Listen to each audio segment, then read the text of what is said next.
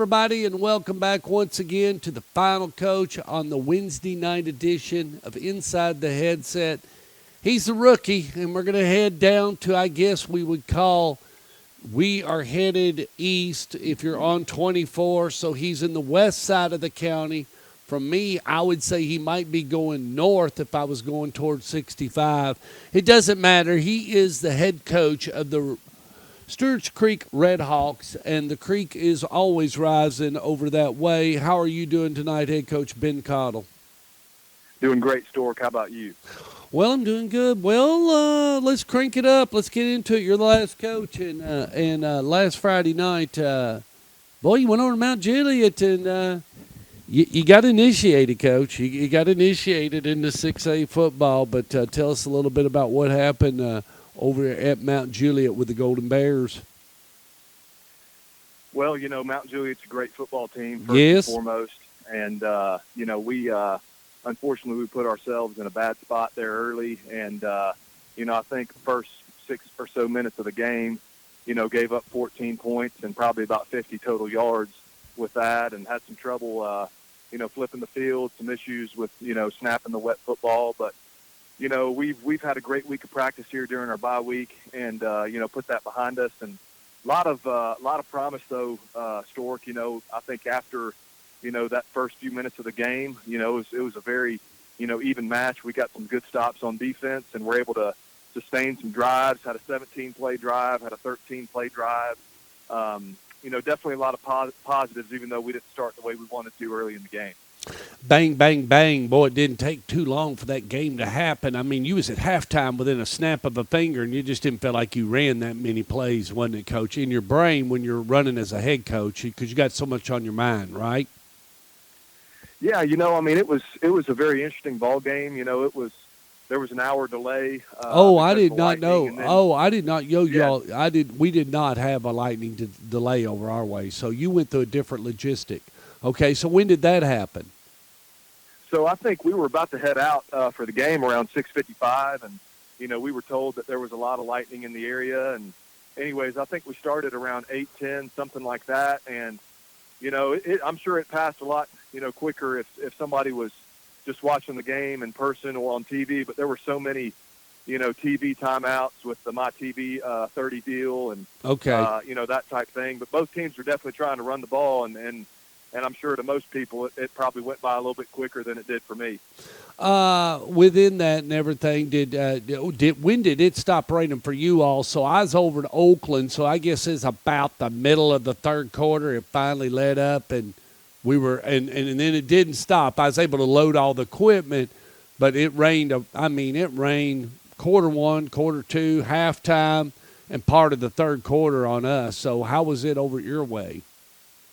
I want to say it was sometime during the first half. I think it kind of started phasing out a little bit, and best I remember, the entire second half, it was definitely a wet surface, but there at least wasn't any rain coming down. Wow, man, you got away with. Oh man, y'all lucked out, man. We got the short end on that. I guarantee it. Well, and you kind of blew it for me, but you don't have a game this week. You would have had Antioch, wouldn't you? That is correct. With the entire Metro, reshuffling and whatnot, and obviously that's continued to happen this week. We, replaced our fall break bye week. You didn't want to go play Kevin? Well, unfortunately, we did speak yesterday, and we had already settled on a replacement date if Metro decides not to play. So I settled on that somewhere around 9 or 10 in the morning, and I think me and Coach Creasy, we were messaging somewhere, around lunchtime, early afternoon. So, unfortunately, we had already, settled on a week 4 opponent. Okay. But yeah, I sure hope they're able to find a game. I know they've been having a lot of issues with making sure they can get. So would you entertain that game? Would you entertain that game in a series? I think anytime, for us, anytime you can play somebody local, I think it's good. And, right now I think we're playing, we've got 3 Wilson County teams. We've got. Yeah, I know. I'm talking about, that non-conference. Next year, yeah, I mean, I think for us, next year, I think 7 of our 10 games on our schedule right now are non-Rutherford County teams, and I think moving forward, I think anytime you can play some local teams, it's definitely a good thing. Well, we're going to do the kid. I mean, you're going to play Blackman, so that's one. You're going to play Blackman. Yeah, I mean, if the schedule works out, I think that would definitely be good for us, given how close we are, for sure. Yeah, I mean, next year, I mean, it's got to happen. I mean, the Blackman-Stewart's Creek series has got to happen and got to be – you're too close. It's just too good of a gate. It doesn't matter whether you like it or not. It's a gate, and it'll be a good game. It don't Absolutely. make it. Well, me and Coach Hartsfield, we've coached together right before, and we're definitely good friends, and we've definitely talked about making that happen. So that discussion's certainly already in the works.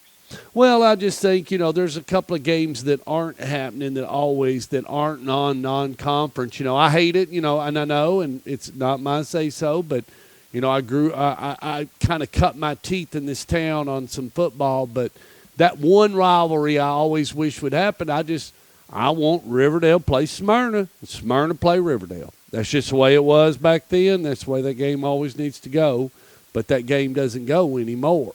It used to. I think it's been reborn now, hadn't it? I think they're playing. They're playing. Yeah, they're playing now. This year, yeah, and I'm not sure what's going to happen after this year, though. Yeah, but that's just one of those old games that you want to happen. Well, enough of that. So, what are you going to do this week? What have you been working on? A lot of different things. We've kind of tried to, definitely just get a little bit more fundamental. And another thing, Stork, I think, this time last week we had about 18 players, attending the virtual school, and now about over half of our team is. So we're also just kind of getting adjusted to this new normal, how we're, working those virtual kids out, just getting used to this new environment, the new structure of the school day, those types of things. And more than anything, I think during the bye week is a chance for us to get healthy, and that's definitely going to be the case for us. We played without one of our best players on defense, Justin Garcia. He got a concussion in a inter-squad scrimmage, so he's going to be back. He's already come back this week. Really excited to have him back. And, just another week for a really young ball club to, just gel together and be in the locker room and, like I said, get a little bit more refinement on each side of the ball. So those are kind of the things we've been focusing on this week. Well, Coach, I'm going to let you go. I've been on the air since about 5:30 your time. It is now 7:30, so hopefully we got through all that. So appreciate you joining us, and I look forward to talking to you again sometime next week.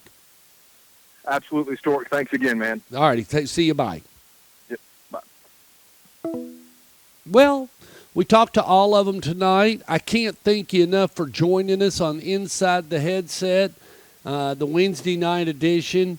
It's a little tough. I can't get out to the kids. This quick jam of Laura has kind of shifted stuff. We had to get all the equipment set up today to run this show.